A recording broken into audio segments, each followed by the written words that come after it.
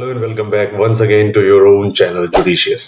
आज के सेशन में हम बात करेंगे टारगेटिंग के बारे में। आखिर टारगेटिंग का कंसेप्ट क्या है, कितने तरह की टारगेटिंग होती है मार्केटिंग के अंदर, टारगेटिंग के कुछ एग्जांपल्स और इसकी इंपॉर्टेंस क्या है।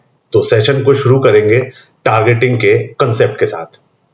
टारगेटिंग के अंदर हम करते क्या हैं, जो हमारी मार्केट है उसके हमने जो सेगमेंट्स बनाए हैं। पिछले वीडियो में मैंने मार्केट सेगमेंटेशन के बारे में बताया था, जहां पर हम एक ब्रॉड मार्केट को छोटे छोटे सिमिलर सेगमेंट्स में डिवाइड कर देते हैं। तो उसके बाद आता है टारगेटिंग।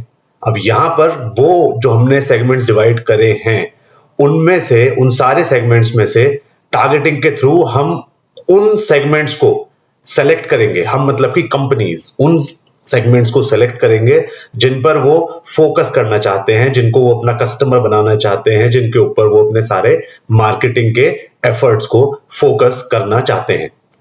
इसके लिए ये जो सारे सेगमेंट्स हैं इनको आइडेंटिफाई और एवेल्युएट करना पड़ेगा बहुत सारे अलग अलग फैक्टर्स के ऊपर, जैसे कि डेमोग्राफिक्स, उस सेगमेंट की साइकोग्राफिक्स, उनका बिहेवियर और उनकी ज्योग्राफिक लोकेशन एटसेट्रा।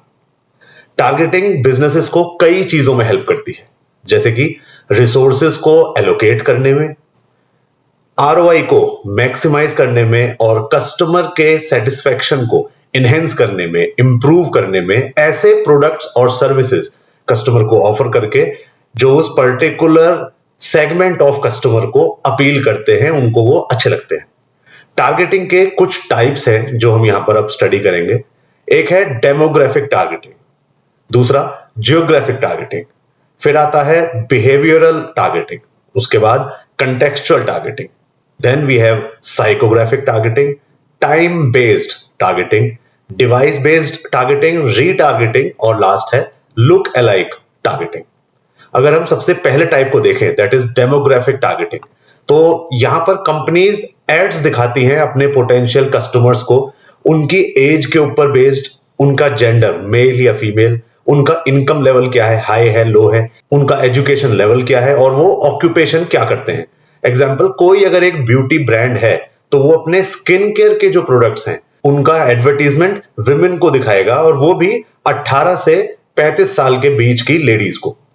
ये उसने डेमोग्राफिक्स के ऊपर। अब इसमें दो चीजें आ गई, विमेन को टारगेट कर रहा है तो जेंडर बेस्ड भी है, और एज ग्रुप जिसको वो टारगेट कर रहा है विमेन के अंदर, दैट इज 18 to 35 इयर्स, यानी कि ये एज बेस्ड भी हो गया। तो ये एक एग्जांपल हो गया डेमोग्राफिक टारगेटिंग का।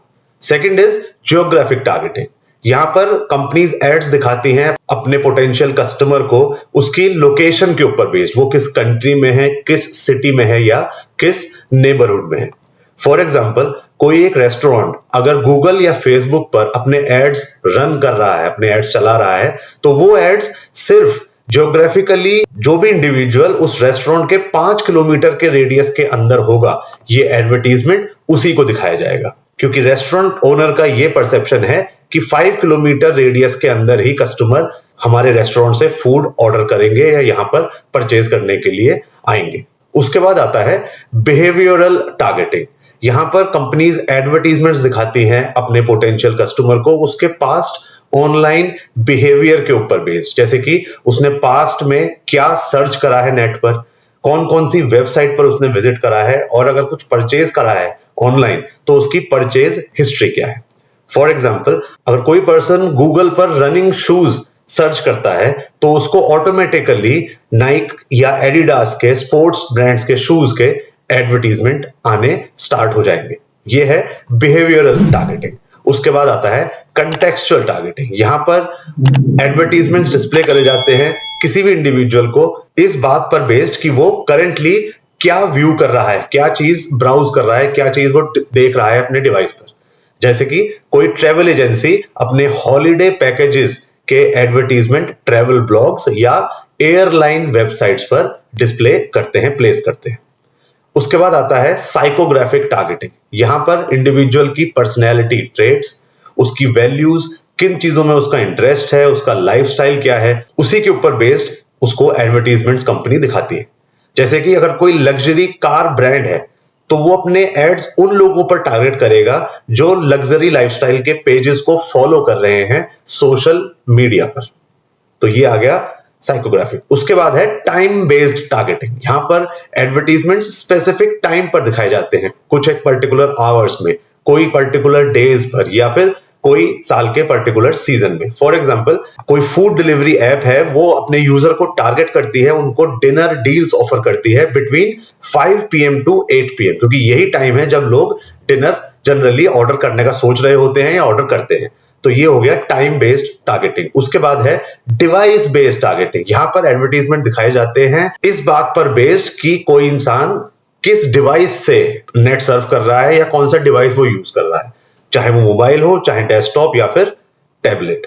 कोई अगर मोबाइल गेमिंग ऐप है, वो अपने इंस्टॉलेशन करने के एड्स को सिर्फ स्मार्टफोन्स पर दिखाते हैं, क्योंकि वो अपने उस ऐप को इंस्टॉल करवाना चाहते हैं स्मार्टफोन्स पर ही, इसलिए उनके एड्स सिर्फ स्मार्टफोन्स यूज कर रहे इंडिविजुअल को दिखेंगे, डेस्कटॉप जो यूज कर रहे होंगे उनको नहीं।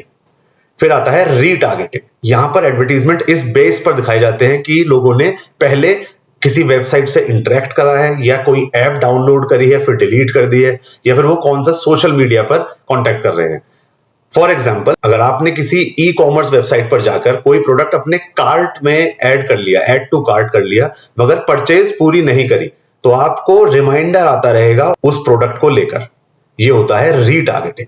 और फिर है लुक अलाइक, जिसको सिमिलर ऑडियंस टारगेटिंग भी बोलते हैं। यहां पर उन इंडिविजुअल्स को ऐड दिखाए जाते हैं जो आपके एग्जिस्टिंग कस्टमर से सिमिलर है, तो चांसेस हैं कि वो उनका परचेज बिहेवियर भी आपके एग्जिस्टिंग कस्टमर के जैसा ही हो। फॉर एग्जाम्पल, फेसबुक एक लुक अलाइक ऑडियंस की लिस्ट क्रिएट कर देता है आपके करंट कस्टमर लिस्ट के अकॉर्डिंग, उससे मैच करते हुए, और फिर आपके लिए आसान हो जाता है कि आप उन्हीं यूजर को अब उन पर अपने एड्स को टारगेट करें। अब टारगेटिंग का एक एग्जांपल और देखते हैं, एक ऑनलाइन वुमेन्स क्लोथिंग स्टोर का एग्जांपल। अब इस ऑनलाइन वुमेन्स क्लोथिंग स्टोर के अंदर हम टाइप ऑफ टारगेटिंग स्टडी करते हैं। सबसे पहला डेमोग्राफिक, नाम से ही पता चल रहा है ऑनलाइन वुमेन्स क्लोथिंग स्टोर है, तो यानी कि ये वुमेन को टारगेट कर रहे हैं, और वो भी 18 से 35 साल के बीच की लेडीज को। जियोग्राफिक, इसका एग्जांपल क्या हो सकता है कि ये इन यूजर्स को टारगेट कर रहे हैं जो कि न्यू दिल्ली के अंदर बेस्ड है। उसके बाद टाइप ऑफ टारगेटिंग में है बिहेवियरल, वो सारी विमेन जिन्होंने की समर ड्रेसेस को ब्राउज करा है, नेट पर सर्च करा है, तो ये हो गया बिहेवियरल, उनको ऐड दिखाए जाएंगे। फिर आता है कंटेक्चुअल, फैशन ब्लॉग्स पर ये ऑनलाइन वुमेन्स क्लोथिंग स्टोर अपने एड्स प्लेस करेगा। उसके बाद साइकोग्राफिक, उन यूजर को, उन वुमेन को टारगेट करेगा जो कि इको फ्रेंडली फैशन पेजेस जो ऑनलाइन होते हैं उनको फॉलो कर रहे हैं। उसके बाद टाइम बेस्ड, ये वीकेंड्स पर अपने एड्स रन करेगा, क्योंकि जनरली लोग वीकेंड्स पर शॉपिंग करना पसंद करते हैं। फिर आ गया device based, mobile only ads ये रन करेगा ऐप डाउनलोड के लिए। उसके बाद ये स्टोर रीटारगेटिंग भी कर सकता है, यानी कि उन विजिटर्स को एड्स अपने डिस्प्ले करेगा जो कि इस ऑनलाइन स्टोर की साइट पर आकर कोई आइटम, कोई प्रोडक्ट अपने कार्ट में ऐड कर और फिर दे लेफ्ट, उन्होंने फिर वो प्रोसेस बीच में छोड़ दिया। उसके बाद है लुक अलाइक टारगेटिंग, यहां पर उन यूजर्स को टारगेट करा जाता है जो इस ऑनलाइन स्टोर के एग्जिस्टिंग वीआईपी कस्टमर के जैसे हैं, मतलब उनका इनकम ग्रुप वैसा है, या उनका लाइफस्टाइल कुछ वैसा है, या उनके टेस्ट एंड प्रेफरेंस कुछ वैसे हैं। तो ये हो गया एक इस ऑनलाइन स्टोर का एग्जांपल। अब इससे हमें टारगेटिंग की इंपॉर्टेंस तो समझ में आई गई होगी, फिर भी एक बार इसको हम जल्दी से गो थ्रू कर लेते हैं। सबसे पहला है एफिशिएंसी, क्योंकि बिजनेसेस के पास रिसोर्सेज हमेशा स्केर्स होते हैं, कम होते हैं, तो टारगेटिंग अगर आप कोई कंपनी करती है तो वो इस लिमिटेड रिसोर्सेज को एफिशिएंटली फोकस कर पाएगी उस पर्टिकुलर सेगमेंट पर या उन पर्टिकुलर इंडिविजुअल्स पर जिनके कन्वर्ट होने के चांसेस ज्यादा हैं, यानी उनको आसानी से आप अपना कस्टमर बना सकते हो। इससे टाइम की बचत होगी, ऑब्वियसली पैसा बर्बाद नहीं होगा, और आपके एफर्ट्स भी फ्रूटफुल होंगे, एग्जैक्टली उनका रिजल्ट जैसा आपने एंटिसिपेट करा होगा वैसा ही आएगा। सेकेंड इंपॉर्टेंस है टारगेटिंग की, इंक्रीज्ड आरओआई। अब क्योंकि आप हाई पोटेंशियल सेगमेंट पर, उस सेगमेंट पर फोकस कर रहे हैं जहां से आपको रिटर्न के चांसेस ज्यादा हैं, तो इससे आपका return on investment automatically improve हो जाएगा। आपके मार्केटिंग एफर्ट्स को, आपके मार्केटियर्स को बेहतर रिजल्ट मिलेंगे उसी सेम बजट में, या फिर आप सेम रिजल्ट अचीव कर पाएंगे और कम बजट में as compare to mass marketing approaches जहां पर आप पूरी ब्रॉड मार्केट को टारगेट कर रहे हैं, उससे ये बेटर होगा। उसके बाद आता है better understanding of customers.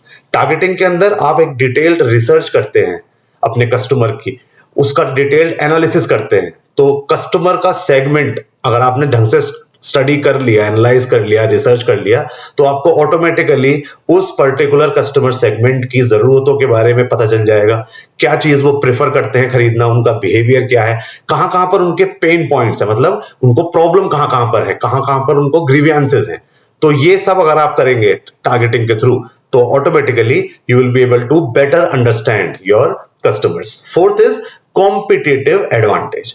Businesses जो अपने टारगेट मार्केट को इफेक्टिवली आइडेंटिफाई कर लेते हैं, वो अपने आप को अपने कॉम्पिटिटर से ऑटोमेटिकली अलग कर लेते हैं, क्योंकि ये बिजनेसेस क्योंकि कस्टमर को बेहतर समझ पाते हैं, ये उनको पर्सनलाइज्ड सॉल्यूशन दे पाते हैं और ऐसे एक्सपीरियंस प्रोवाइड करते हैं जो उनके कस्टमर के लिए बेस्ट है। उसके बाद आ गया कस्टमर सेटिस्फैक्शन। टारगेटिंग इंश्योर करती है कि कस्टमर्स को मैसेजेस या प्रोडक्ट या सर्विसेज वही मिले जो उनके लिए वैल्यूएबल है, उनके लिए रेलेवेंट है, जिससे कि उनका ओवरऑल सेटिस्फैक्शन लेवल बढ़ जाता है और वो ऑटोमेटिकली उनको आपके ब्रांड का लॉयल कस्टमर बना देता है ऑटोमेटिकली। फिर आ गया ऑप्टिमाइज्ड प्रोडक्ट डेवलपमेंट। अगर आपको कस्टमर सेगमेंट की जरूरतों के बारे में पता है टारगेटिंग के थ्रू, तो ऑटोमेटिकली आप नया जो प्रोडक्ट बनाओगे, नए प्रोडक्ट को बनाने में जो एफर्ट डालोगे, वो आपको बेहतर हो जाएगा, क्योंकि अब आप उस कस्टमर की नीड और वांट के हिसाब से, उनको क्या चाहिए उसी के हिसाब से आप अपना नया प्रोडक्ट ऑप्टिमाइज कर रहे हो या डेवलप कर रहे हो। तो इससे ऑटोमेटिकली सेल्स होना स्टार्ट हो जाएगा, बिजनेस के लिए प्रॉफिट आएगा। फिर है ब्रांड पोजीशनिंग। इफेक्टिव टारगेटिंग अगर आपकी कंपनी ने करी है, तो उससे आपके ब्रांड की पोजीशनिंग ऑटोमेटिकली कंज्यूमर के माइंड में एस्टेब्लिश हो जाएगी।